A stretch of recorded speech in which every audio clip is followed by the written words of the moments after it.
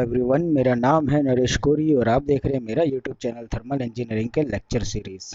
दोस्तों, power plant engineering के unit 3 के लेक्चर नंबर 11 की तरफ आज हम लोग चलेंगे, जिसमें हम लोग पढ़ने वाले हैं कोल एंड एश हैंडलिंग सिस्टम का नेक्स्ट टॉपिक न्यूमेटिक एश हैंडलिंग सिस्टम।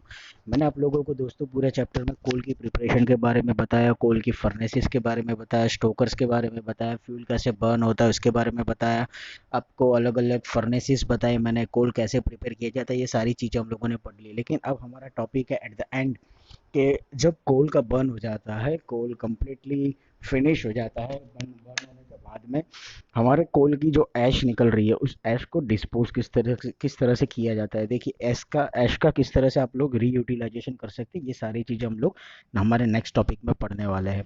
तो सबसे पहले देखते हैं हम लोग नेसेसिटी ऑफ ऐश हैंडलिंग के, ऐश को हैंडल करने के लिए ज़रूरत क्यों है, क्यों अगर ऐश हैंडल ना की जाए, मतलब कि ऐश को ऐसे के ऐसे ही कहीं पर भी आप वो डिस्पोज कर दो तो क्या नहीं चलेगा। तो ये सारी चीज़ें हम लोग जानेंगे। Ash is the incombustible material that remains when coal is burn. आपको पता होगा, when coal is burn, at the end of the burning of the coal some powder form is remain same, powder form remain as it is, जो burn नहीं किया जा सकता है, जिसको हम लोग ऐश बोलते हैं। मतलब कि हमारी नॉन टेक्निकल लैंग्वेज में कहा जाए तो जिसको हम लोग राख बोलते हैं। और आपको पता है कि इसको हम ना तो हम जला सकते हैं ना किसी और चीज़ में यूज़ कर सकते हैं। तो वही चीज़ को हम लोग टेक्निकल भाषा में बोलते हैं ऐश। Ash content may vary from 8 to 10% to as high as 20 to 50% depending upon the grade of coal। क्या क्या कंटेंट हो सकता है ऐश कंटेंट? ऐश कंटेंट कोल के अंदर या तो 8 to 10% होगा लोवेस्ट में, या तो ज़्यादा से ज़्यादा होगा 20 to 50% में। कोल जितना ज़्यादा अच्छा होगा ऐश की कंटेंट उतनी कम होगी। कोल जितना ही लोअर लेवल का होगा ऐश की कंटेंट जितनी ही ज़्यादा होगी। मतलब कि बर्न होने के बाद में ऐश डिपेंड करता है आपकी कोल की क्वालिटी के ऊपर। Better quality of coal lower the ash content. जैसे कि मैंने बोला, जितना ही अच्छी क्वालिटी का कोल होगा उसमें ऐश कंटेंट कम होगा। Interior grade coal has high ash content than anthracite और semi anthracite variety of coal। inferior मतलब outer grade के, मतलब कि lower grade के जो कोल होते हैं उसके अंदर एश कंटेंट ज़्यादा होती है। अगर एंथ्रेसाइट और सेमी एंथ्रेसाइट टाइप के कोल अगर आप यूज़ कर रहे हो तो फिर आप लोगों को एश की कंटेंट काफ़ी कम मिल सकती है। It should B dumped away from the site for following reasons. क्या रीजंस है कि ऐश को हम लोगों को डिस्पोज करना चाहिए, उसके बारे में हम लोग देखते हैं। Number one, dusty and irritating, easily airborne, can cause inflammation in eyes. अगर आप लोगों को देखो, ऐश जो होती है ना, अगर वो हवा के साथ में मिलके एटमोसफियर में घूमने लगे ना, तो 110% चांसेस है कि आपको आंखों में जलन सी मचेगी।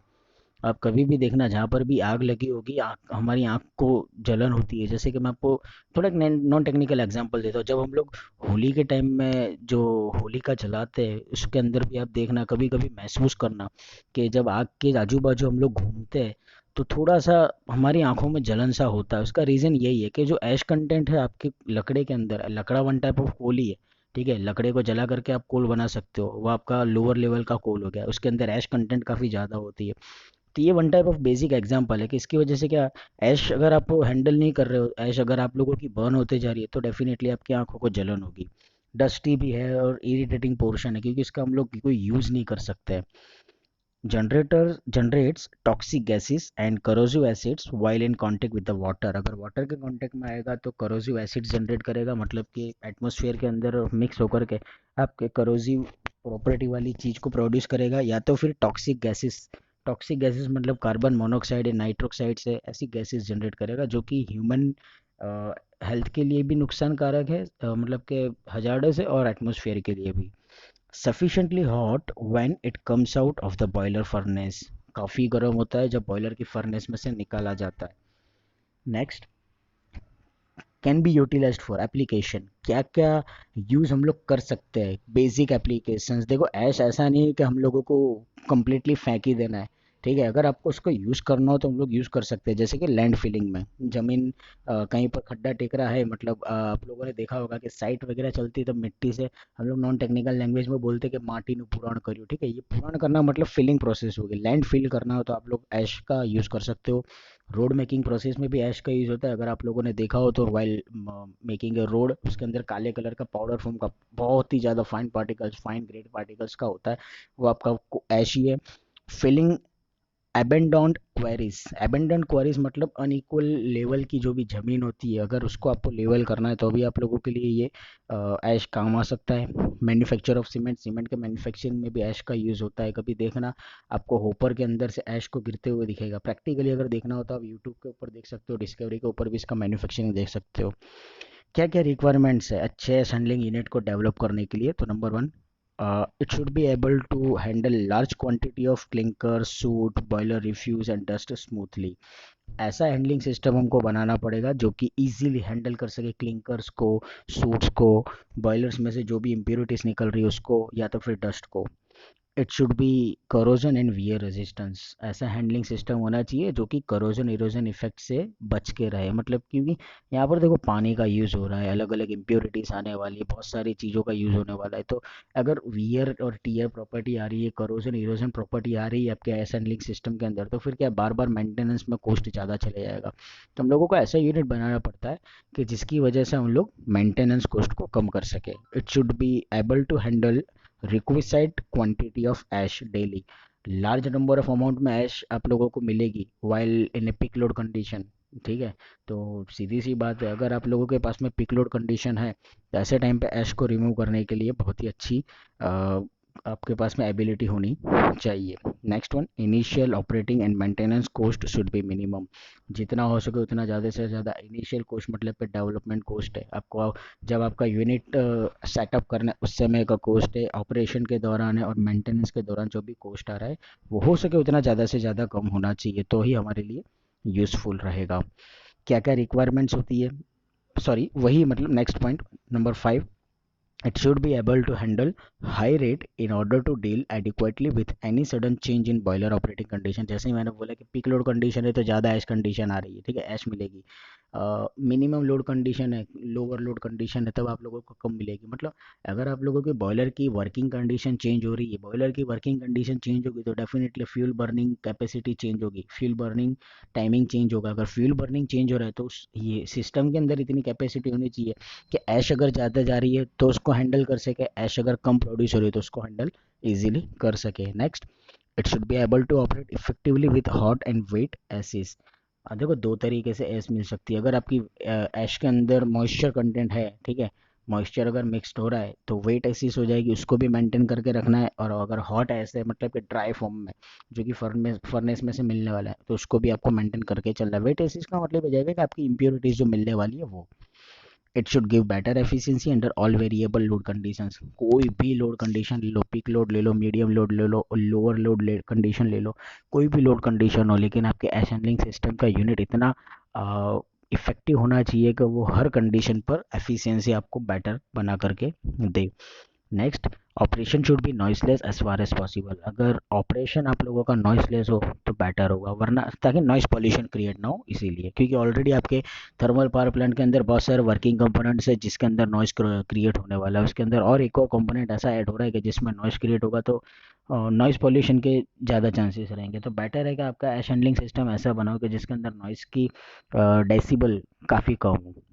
क्या क्या क्लासिफिकेशन है? बेसिकली चार क्लासिफिकेशन है: mechanical S handling, hydraulic S handling, pneumatic ash handling and steam jet S handling. ये चार सिस्टम में से हमारे लिए जो इम्पोर्टेंट है वो है न्यूमेटिक एस हैंडलिंग सिस्टम। दोस्तों ये सवाल जीटीयू के अंदर 3 से 4 बार आ चुका है। 3 मार्क्स में भी आ सकता है, 4 मार्क्स में भी आ सकता है, और किस्मत अगर अच्छी है तो 7 मार्क्स में भी आ सकता है। सवाल आईएमपी है, क्वेश्चन आईएमपी है, आपको इसको करना ही करना है, इसको छोड़ना नहीं है। न्यूमेटिक एस हैंडलिंग सिस्टम, सबसे पहले मैं आपको जियोमेट्री समझा देता हूँ। न्यूमेटिक एस हैंडलिंग सिस्टम की जियोमेट्री किस तरह से होगी, देखो। From this side air from atmosphere, उसके पहले क्या है? क्रशर, और यहाँ पर आप लोगों की फर्नेस। ठीक है, फर्नेस है, इसका मतलब ये है कि आपके कोल का बर्निंग होगा, और कोल के बर्निंग की वजह से जो भी एश जनरेट होगी, जिसको हम लोग स्लैग भी बोलते हैं, वो सीधा जाएगा आपके क्रशर के ऊपर।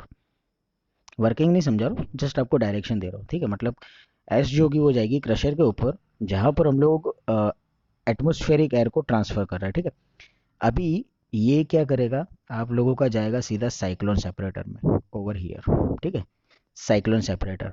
साइक्लोन सेपरेटर मैंने आप लोगों को समझाया था कि साइक्लोनिक इफेक्ट जनरेट करेगा, और जो भी प्योर ऐश होगी वो ऐश आप लोगों की नीचे ऐश होपर में यहाँ पर जमा हो जाएगी, और जो एयर होगी जो कि हम लोगों ने क्रशर के साथ में मिक्स्ड अप क्रशर के अंदर ट्रांसफ़र करी थी, जो कि मिक्स हो रही थी आपके ऐश के साथ में।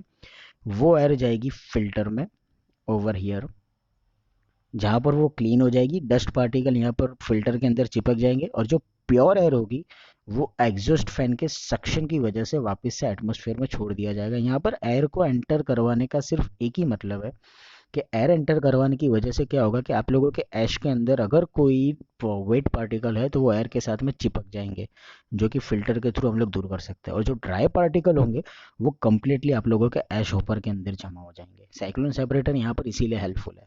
और दो साइक्लोन सेपरेटर देने का मतलब यही है कि अगर एक साइक्लोन सेपरेटर के अंदर कोई ऐश पार्टिकल रह जा रहे हैं, ड्राई पार्टिकल, तो वो दूसरे साइक्लोन सेपरेटर के अंदर से हम लोग इजीली रिमूव कर सकते हैं। ठीक है, तो ये डिज़ाइन थी न्यूमेटिक असेंडिंग सिस्टम की। मैं आप लोगों को एक वीडियो बताता हूँ, उस वीडियो के बेस पर आपको प्रैक्टिकली जल्दी पता चलेगा। एज यू कैन सी, ये न्यूमेटिक असेंबलिंग सिस्टम है। ठीक है, आप लोगों को जो दिख रहा है ये 3 साइक्लोन सेपरेटर है। आपके ऊपर मतलब वन टाइप ऑफ ये समझ लो आप। ठीक है, साइक्लोन सेपरेटर। इसको मैं थोड़ा आगे रन कर दूँ। अब दोस्तों ध्यान से देखना, नीचे जो आप लोगों को दिख रहा है यहाँ पर आप लोगों को ये देखो, ये आपका ऐश खाली हुआ यहाँ पर। आप देखना, देख सकते हो आप अंदर के यहाँ पर वाल का वर्किंग होगा। ठीक है, ये देखो ऐश कम फिलअप हो रहा है, देख सकते हो आप। ठीक है, जो नीचे ऐश थी वो फ्लो हो गई। देखो मैं फिर से दिखाऊं, जो नीचे यहाँ पर ऐश जमा हो रही है, ये देख रहे हो आप, वो ऐश वो यहाँ से फ्लो होकर के चली गई, और सामने ऊपर की तरफ आप लोगों को दूसरा ऐश मिल रहा है, मतलब कि फर्नेस के अंदर से। फिर वापस वाल खोला जाता है, जैसे ये होपर पूरे भर जाएंगे वाल खोल दिया जाएगा नीचे का, और नीचे की पाइपलाइन में आपकी सारी ऐश जमा हो जाएगी। फिर नीचे का वाल बंद कर देते, ऊपर से वाल ओपन कर दे, फर्नेस में से वापस से नया ऐश नीचे आता है, और नीचे जो पाइप में ऐश है उसको हम लोग फैन के थ्रू, यहाँ पर एक ब्लोअर होता है। देखो मैं आपको ब्लोअर की लोकेशन बता दूँ, यहाँ पर एक ब्लोअर होता है।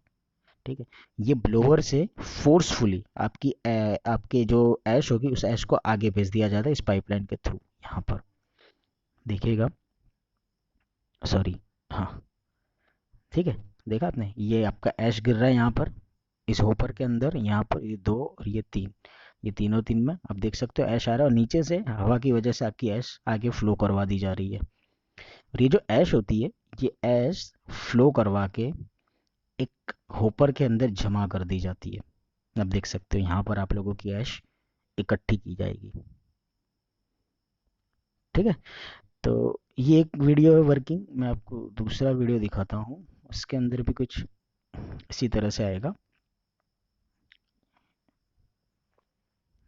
It is like this. हाँ, नंबर ऑफ होपर्स इसमें दिखाए गए हैं। ठीक है, एज यू कैन सी, ये एक कंपनी की एनिमेशन वीडियो है, मैक वेबर करके। ये ऐश आपकी आई नीचे, यहाँ पर वाल्व आपका अभी बंद है। जैसे ही होपर आपका कंप्लीटली फिल हो जाएगा, वाल्व को ओपन कर दिया जाता है, और ये आपकी कंप्लीटली ऐश नीचे की तरफ जमा हो जाएगी पाइप्स के अंदर। जहाँ पर हम लोग क्या करेंगे, तो यहाँ से हम लोग एयर को ट्रांसफ़र करेंगे, एज यू कैन सी। और ये एयर आपकी ट्रांसफ़र करके आपके ऐश को ले जाएगी सीधे आपके होपर में। ये डबल वाल्व, डबल साइडेड दिया गया है। ठीक है, मतलब कि दो साइड अगर होपर पैरेलल हो तो किस तरह से किसको चालू करना, एक बंद होगा तो दूसरा चालू होगा, दूसरा बंद होगा तो तीसरा, सॉरी, पहला वाला चालू हो जाएगा।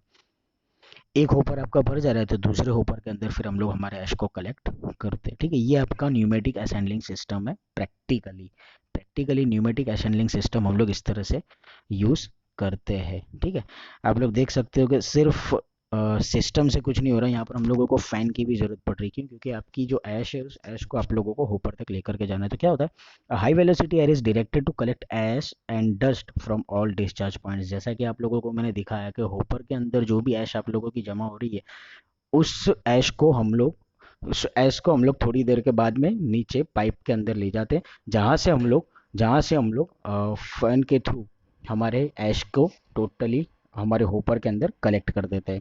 The ash from boiler units falls through hopper, passes through crusher and drops into the stream of air. देखो आपको मैंने जो वीडियो दिखाया उसके अंदर क्रशर नहीं था। क्रशर इसीलिए रखा जाता है कि अगर ऐश के कोई बड़े बड़े पार्टिकल्स है फर्नेस के अंदर से निकल रहा है तो क्रशर की वजह से क्या हो जाएगा, वो क्रश हो जाएगा। ठीक है, तो यहाँ पर इसीलिए क्रशर को दिखाया गया था जिसके अंदर हम लोग एयर को, एटमॉस्फेरिक एयर को पास आउट करवाते हैं। The ash carried by the air is separated in cyclone separator and is collected in ash hopper. जैसे कि मैंने आपको फिगर में समझाया था कि साइक्लोन सेपरेटर में क्या होगा, आपकी जो ऐश होगी वो ऐश आपके एयर से सेपरेट हो जाएगी, ऐश होगी वो जमा हो जाएगी ऐश होपर के अंदर। ठीक है, और जो आपकी एयर होगी उसको हम लोग फ्लो करवा के आगे जाने देंगे, जिसको बोलेंगे the clean air is discharge from the top of the secondary air separator into the atmosphere through exhaust. हमने आपको फिल्टर दिखाया था, वहां से क्या होगी, आपकी एयर क्लीन हो जाएगी और फिर हम लोग एफ डी फैन के थ्रू उसको बाहर एटमॉस्फेयर में रिजेक्ट कर देंगे। The ash collected in ash hopper is trucked away for disposal which has capacity of around 5 to 30 ton per hour. ये कैपेसिटी दी गई है। एक general pneumatic ash handling system के अंदर इतनी कैपेसिटी होनी चाहिए कि एक घंटे के अंदर within 1 hour you can dispose a ash amount of 5 to 30 ton.